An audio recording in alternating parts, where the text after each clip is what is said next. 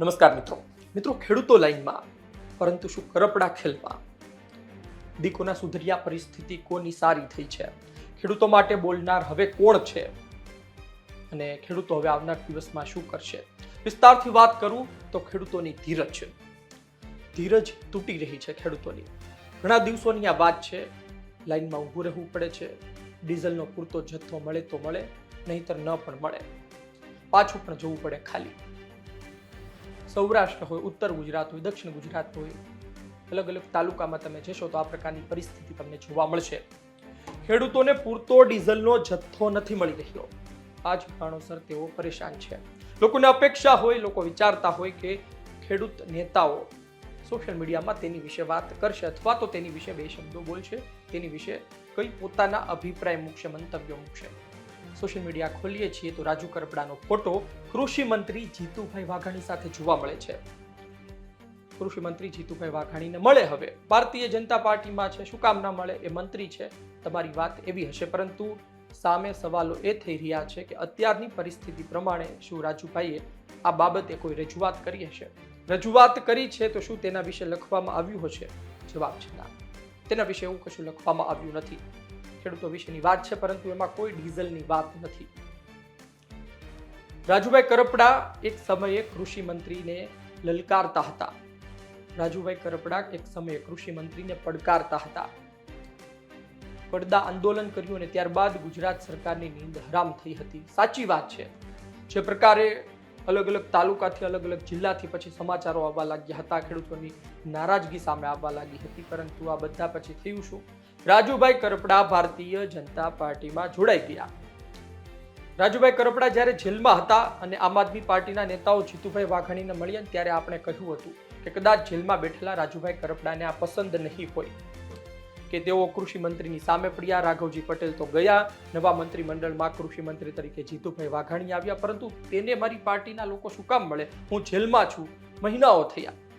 પરંતુ હવે રાજુભાઈ કરપડા જ્યારે કૃષિ મંત્રીને મળે ભાજપમાં ગયા છે ત્યારે પણ ચર્ચા કરવી જરૂરી બને છે શું એમને દિવસો યાદ હશે એમને પોતાનું આંદોલન યાદ હશે એમને ખેડૂતોની સ્થિતિ યાદ હશે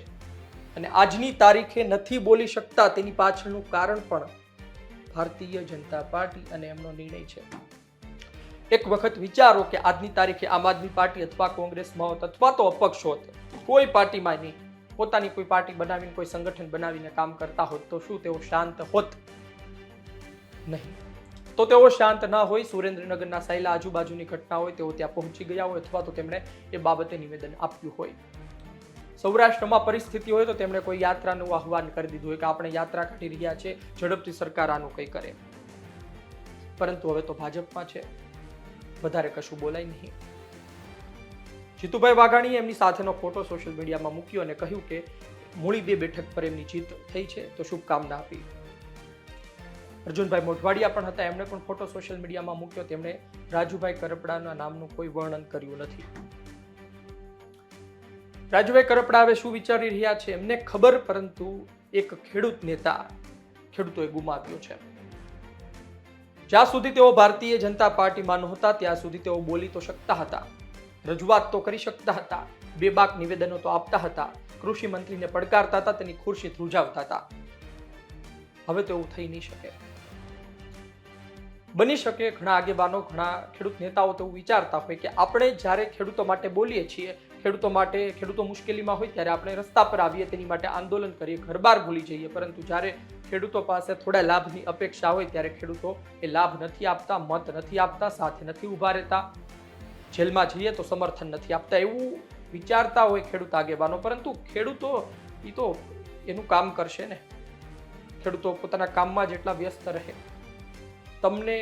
ખરેખર એમની માટે કામ કરવું હોય ખરા અર્થમાં તમે ખેડૂત નેતા છો કોઈ પણ જાતના સ્વાર્થ વગર તો તમે કામ કરો ને આવું આપણે જોવા મળ્યું છે ભૂતકાળમાં ખૂબ કામ કર્યા હોય તો પણ ચૂંટણી હારી જાય રાજુભાઈ કરપડા તો ભાજપમાં આવીને જીતી ગયા છે પરિસ્થિતિ એ છે કે આખી જે ડીઝલની ચેન છે ખોરવાઈ છે ક્રૂડ ઓઇલ હોય કાચું તેલ હોય આંતરરાષ્ટ્રીય સ્તરે ભાવ વધ્યાના કારણે હવે જથ્થો મર્યાદિત કરી દેવામાં આવ્યો છે અને આ મર્યાદિત જથ્થાના કારણે પાછો એક ડર એ પણ છે કે ડીઝલનો જથ્થો મળતો જ બંધ થઈ જશે તો આ કારણે વધુ લોકો પણ પહોંચી રહ્યા છે એક સમયે પ્લાસ્ટિકના કેરબામાં ને એમાં પેટ્રોલ ડીઝલ આપવામાં આવતું હતું તે પણ બંધ કરવામાં આવ્યું ઘણી જગ્યાએ. તો પછી ટ્રેક્ટર લઈને જવું પડે છે, બધા સાધનો લઈને જવું પડે છે. તો એની માટે પણ મોટી મોટી લાઈનો થઈ રહી છે. આ માટે સરકાર કરી શકે, કેન્દ્રીય મંત્રીઓ સાથે બેઠક કરી ડીઝલનો સ્ટોક ગુજરાતમાં વધારી શકે અને આ સાથે જ ખેડૂતો વચ્ચે એવી વાતો મૂકી શકે, ખેડૂતો વચ્ચે મંત્રીઓ જઈ શકે અને કહી શકે કે ભાઈ એવી કોઈ મોટી પરિસ્થિતિ નથી, તમે ગભરાવમાં. પરંતુ એવો હાશકારો નથી આપવામાં આવતો, ખેડૂતના ખભે હાથ મૂકીને કહેવામાં નથી આવતું કે બધું બરોબર છે. અને આ જ કારણોસર ડર લાગી રહ્યો છે ખેડૂતોને. તમે જુઓ કે ઉનાળો પૂરો થવા પર છે, ચોમાસાની શરૂઆત થશે હવે, અને આ વચ્ચે ખેડાણ કરવું પડે અને તે માટે ડીઝલ તો જોવે, કારણ કે બળદગાડા તો છોડી દીધા મોટા ભાગના લોકો. હવે 90% લોકો ટ્રેક્ટર રાખે છે. તો પછી ડીઝલ વગર તો કઈ રીતે કરશું? પેટ્રોલિયમ જથ્થા વગર કઈ રીતે કામ થશે? અને પછી નહીં થાય તો એ સિઝન ફેલ થશે, ઉત્પાદન સારું નહીં મળે, ખેડાણ સરખું નહીં થાય તો પછી વાવણી પણ સરખી નહીં થાય અને પછી અંતે ખેડૂતોને મોટું નુકસાન થશે. અને આ વાત ફક્ત ખેડૂતોની નથી, તમે સમજો કે ડીઝલ તો પછી પશુપાલન માટે ઘાસચારોને લાવવાનો તેની માટે પણ વાહન વ્યવહારમાં ઉપયોગી બને, અન્ય શાકભાજી એક જગ્યાએથી બીજી જગ્યાએ પહોંચાડવા માટે પણ ઉપયોગી બને. એટલે તમામ જગ્યાએ દૂધ તમારા ઘર સુધી પહોંચે, ડેરી સુધી પહોંચે, એમાં પણ આ મહત્વનું. એટલે આ જથ્થો મહત્વનો છે. અને જો લોકો વચ્ચે, સમાજ વચ્ચે ખોટી વાતો ફેલાઈ રહી છે તો પછી સામે આવીને જવાબદાર વ્યક્તિએ બોલવું જોઈશે. પરંતુ આ બધા વચ્ચે થઈ રહ્યું છે શું? ખેડૂત આગેવાનોના ફાફા છે, ખેડૂત આગેવાનોના ઠેકાણા નથી. જે ખેડૂત આગેવાનો આજની તારીખે લડાયક છે, ડેરિંગ ધરાવે છે, એટલા બધા બોલતા નથી, શાંત છે. ને બીજી તરફ જે બોલતો હતો, જે ચહેરો ગુજરાતમાં નવો ઉભરીને આવ્યો હતો ખેડૂત નેતા તરીકે, રાજુ કરપડા, એ રાજુ કરપડા હવે ફોટોશૂટમાં વ્યસ્ત છે. જીતુભાઈ વાઘાણી સાથે ફોટો પડાવી રહ્યા છે, મૂકી રહ્યા છે સોશિયલ મીડિયામાં. તેમને રજૂઆત તો કરવી હતી આ બાબતને લઈને, મુદ્દો મોટો છે, કદાચ તેમના હાથની વાત પણ નહીં હોય, પરંતુ આ બાબતે કૃષિ મંત્રી સાથે તેમણે શું ચર્ચા કરી હશે? એટલે આ બધી વાત છે. એક સમયે રાજુ કરપડા માટે ખૂબ સારા શબ્દો કહેવાતા હતા, જ્યારે તેઓ સામા પવને ચાલતા હતા, સરકારને લલકારતા હતા અને પોતાની ચિંતા કર્યા વગર તેઓ આંદોલન કરતા હતા. જે થાયને એમણે એવા આંદોલન કરીને બતાવ્યા છે, સરકારની નીંદ હરામ કરીને બતાવી છે. પરંતુ જ્યારે ખેડૂતો મુશ્કેલીમાં હોય, ખેડૂતોને પૂરતું ડીઝલ ના મળતું હોય, એને આવનાર પાકને લઈને મુશ્કેલી સર્જાતી હોય, ખેડાણના ફાફા હોય, આ બધા વચ્ચે એમનો એક આગેવાન જ્યારે કૃષિ મંત્રી સાથે ફોટા પડાવે, એ મુદ્દાને લઈ કોઈ વર્ણન ના કરવામાં આવે અને એમની તરફથી કોઈ પરિસ્થિતિ ખરાબ ના હોય, બધું સારું ચાલી રહ્યું હોય, ખેડૂતો એમના ઘરે બેઠા બેઠા મસ્ત એસી રૂમમાં સૂતા હોય, આખી બપોર સૂવે ને બપોર પછી એકાદ આટો ખેતરે મારે, એવી પરિસ્થિતિ હોય એવું લાગી રહ્યું છે. જોઈએ આવનાર દિવસમાં શું થાય છે. આ ફોટો સોશિયલ મીડિયામાં ટ્રોલ કરી રહ્યા છે, લોકો મૂકી રહ્યા છે, ત્યારે આ ચર્ચા કરવાનું પણ એક કારણ છે. આપનો અભિપ્રાય લખજો. આપ શું વિચારો છો? શું ગુજરાતમાં હવે ખેડૂત નેતાઓની ઉણપ સર્જાશે? એક તરફ સાગરભાઈ રબારી પણ આમ આદમી પાર્ટીમાંથી રાજીનામું આપીને એટલા પણ એક્ટિવ નથી જે એક્ટિવ તમને ભૂતકાળમાં જોવા મળતા હતા. એટલે કે હવે શું થશે, આવનાર દિવસમાં શું થશે? બીજી તરફ પાલભાઈ આંબલિયા હોય એ પણ થોડું બોલી રહ્યા છે. લાલજીભાઈ છે,